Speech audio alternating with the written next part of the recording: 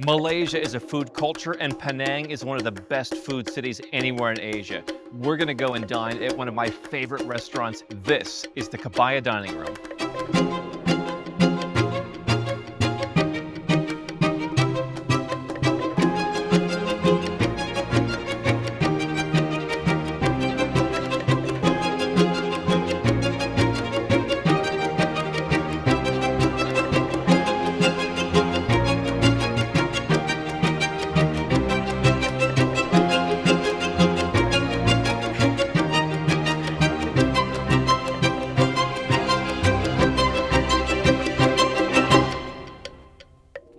Hello, I am Zachary Chung. I am the executive chef of Kebaya Dining Room. Kebaya Dining Room is an well-established Peranakan restaurant inspired by the architecture, which is in itself something to admire. It's a really historical building that's mostly can see laces of tradition, culture, especially Peranakan culture. And you can see from all the antiques as well. So we try to replicate that with the food, but with a modern touch. Very good. Name is Henderson. Good evening. Thank you for coming. You can to start with a starter tea. It's a Funan Jasmine Tea.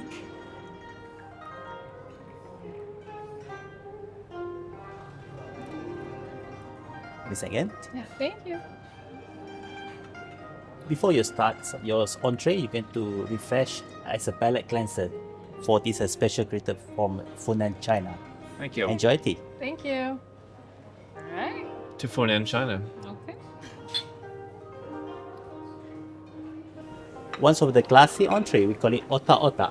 Oh, your favorite. Similar like an American pie, it's a sea bass on a pastry, come with a turmeric as a dipping sauce.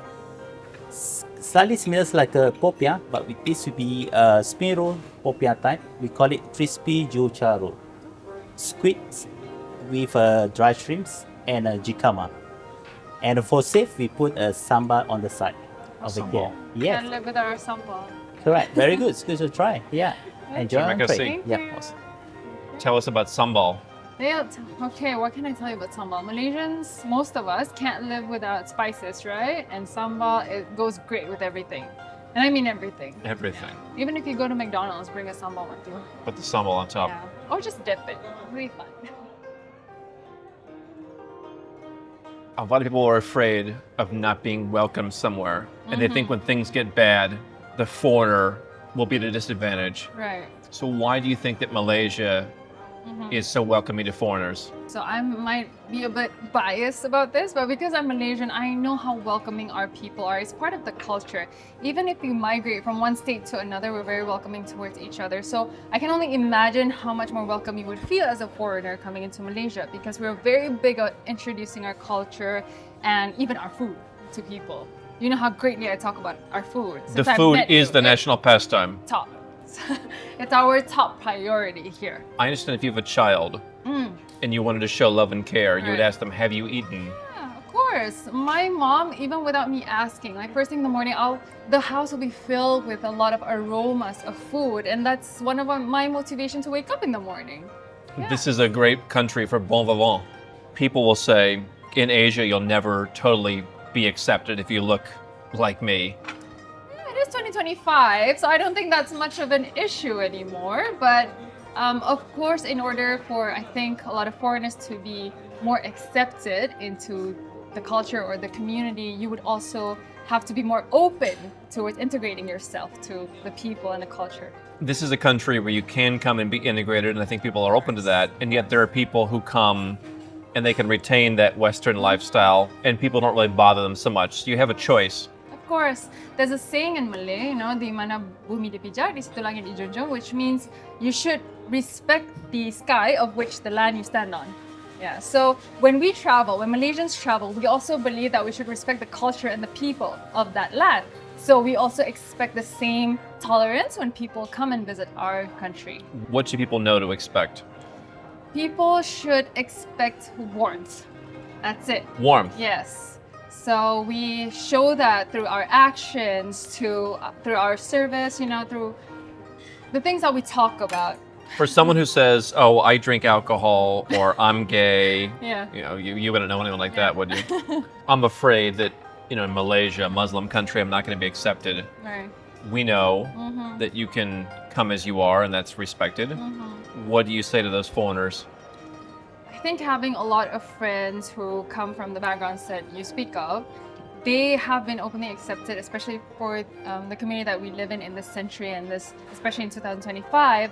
And you know what? We are more open towards these kind of dialogues as well. And I'm so happy that we are moving towards that, even though we have a status of being an Islamic country.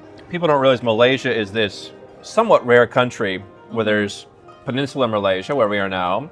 You're from the Borneo part of Malaysia. It's East Malaysia. And yet you come here to Penang. You live in Kuala Lumpur. I know we've had a lot of Australian clients. They want to be near the sea, so they come here. Who should come to Penang? Who should go to KL? There's no perfect way of answering that question. It really does depend on your preference of whether you would like a more bustling city or a more relaxed lifestyle, right? So I'm from Kota Kinabalu, and that's like, to me, the most relaxed lifestyle. So I always have that rating of KL being the most bustling city, and then there's Penang in the middle, and there's Kota Kinabalu, in the most relaxed lifestyle. This is the middle. This is the middle ground for me. Yeah, that's why last year alone, in 2024, I came here 5 times already because I find it to be the best of both worlds.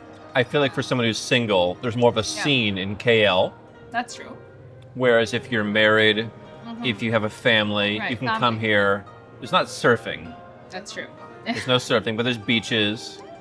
And you can just smell the sea air. Yeah.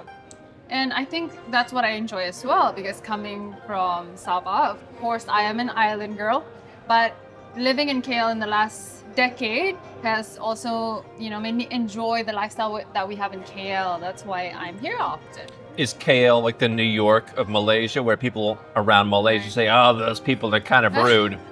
Well, I've never been to New York, but KL is a part of Malaysia, and being a part of the Malaysian culture, I don't think we're generally rude. So it's not something where people in KL, despite being very friendly Right. internationally, it's not like people in Malaysia look down on them. Oh, no. I mean, that's the reason why a lot of us migrate and we stay there for a very long time. If it was, in a toxic environment, I think a lot of us wouldn't last that long. A lot of people in other countries, they don't want to move to the New York of their country. Right, okay. Here people move to KL. Yes, we do. Talk about, you said Baba Nyonya. I'm not the most educated when it comes to Baba Nyonya, but I've You're the always most educated. amongst the two of us, probably. But I do love the concept of how these foreigners came into our country and wanted to be integrated into the Malay culture. And I love that concept because it showed the openness of the people to learn the culture of, another community. The Nyonya. The Baba Nyonya. So they called themselves the Baba Nyonya. Yeah, they were given the term, and now there's descendants of the Baba Nyonya everywhere, not just in Penang. I have friends who are from the Baba Nyonya. Which is your favorite? So far, this one. It's great, yeah. This is the top hat.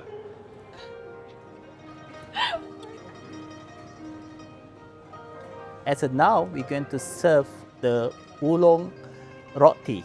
It's a bit Chinese, strong flavor. It's from Fujian, China. So, Mr. Henderson, you're going to continue with the popia. You have to do it your own style. So they have 6 different dishes on the compartment here. Let me get the skin here. This is my first time. So you have 2 skin to roll to try today. So you have to start with 2 different dressing here. The red sauce and the sweet plum sauce. The red sauce is not chili sauce. It's a salted egg sauce. So both these dressing you have to cook together, layer by layer, followed by the main subject here. Bang Quan Cha. In Chinese we call it Bang Quan Cha. It's a jicama, shrimps and carrot. Followed by crab meat. We have a julienne garlic here and egg and the cucumber. So then you can start. It's kind of like unpaid labor here. They tell you what to do. You just have to do it yourself. So get it all on there. Get You're it not in. even mixing it, I like it thick. but uneven. Thick and uneven. That's my thing. Okay. Yeah. And you Let's fold see. it over You are right. like Yeah. that. Is that popia or burrito? This is a popia burrito. Popia. Okay, okay. That was a lot different than mine. Yeah. Okay, see, that looks neater. Okay. First bite. All right, here we go.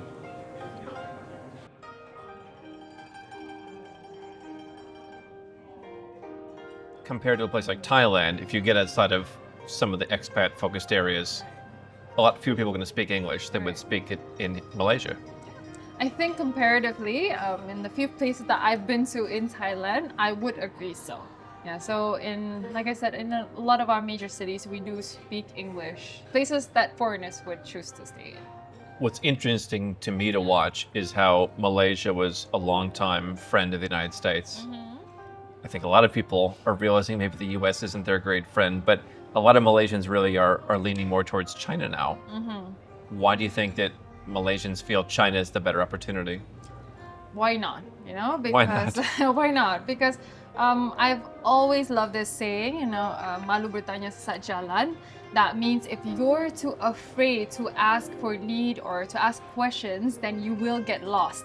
And for countries like China, they're so advanced in so many things, and they're great in their strategies, economically, socially, that it's great for us to look up to them. And it's great for us to ask questions so that they can point us to maybe a better direction here, locally. And yet, what's interesting to me is even going to the boat, people are just so open. Right. I mean, there are rules, but a lot of rules are not so strictly enforced Right. if it's not necessary. People don't want to make rules just to make rules. There's a very free-flowing society. Right. And I think people look at China and they say, oh, that's a place with a lot of rules and a government that's more strict. And here it just seems really laid back and Right. people want to work with you. Right. So obviously rules are in place for a reason. It's for the safety of the people, right? But at the same time, I think in Malaysia, we do value like people's judgments. So, and a lot of our people, they do, you know, stick to somewhat close to the rules anyway. But yeah, we follow our conscience most of the time. So you were part of Miss World, which is, I believe, the oldest beauty pageant. Correct? I'm learning a lot about pageants these days.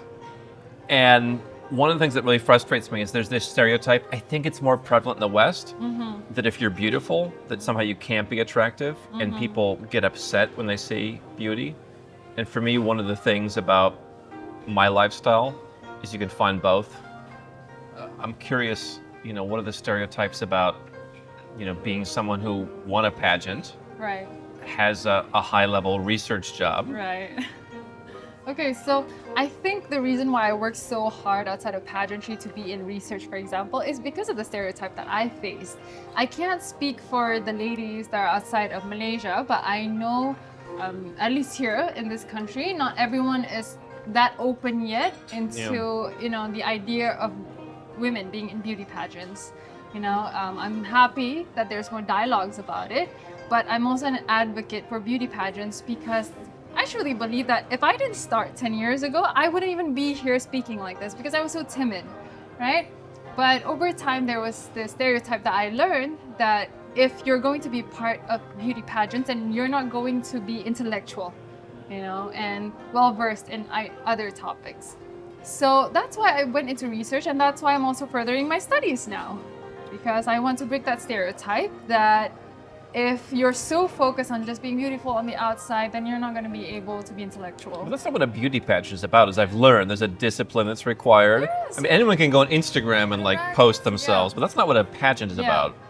Yeah, but I think also it's maybe people in the West are more open to the idea that beauty pageants are not just for show, right? But here, at least in Malaysia, I know that there's still a majority of people that may not be open to the concept of beauty pageants, that don't know that there's other, you know, areas that we compete for. For example, in Miss World, not only did I focus on bettering myself physically, but I also had to prepare for other competitions like the sports challenge or the Beauty with a Purpose project, which is the biggest segment of the competition, where we have our own project that serves the community.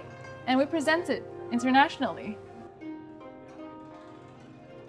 So the jasmine tea we serve today is actually a tea from the Canton area, and it's really why I picked the tea is not everyone's an alcoholic drinker, and some people would like non-alcoholic, like alcoholic beverages. So tea goes very well with food, and this oolong pairs exceptionally well with the creaminess that you get from Peranakan food, and it cleans the palate well to go with the next course, which is also a rock tea, a Wu Yi rock tea, also from the Canton area.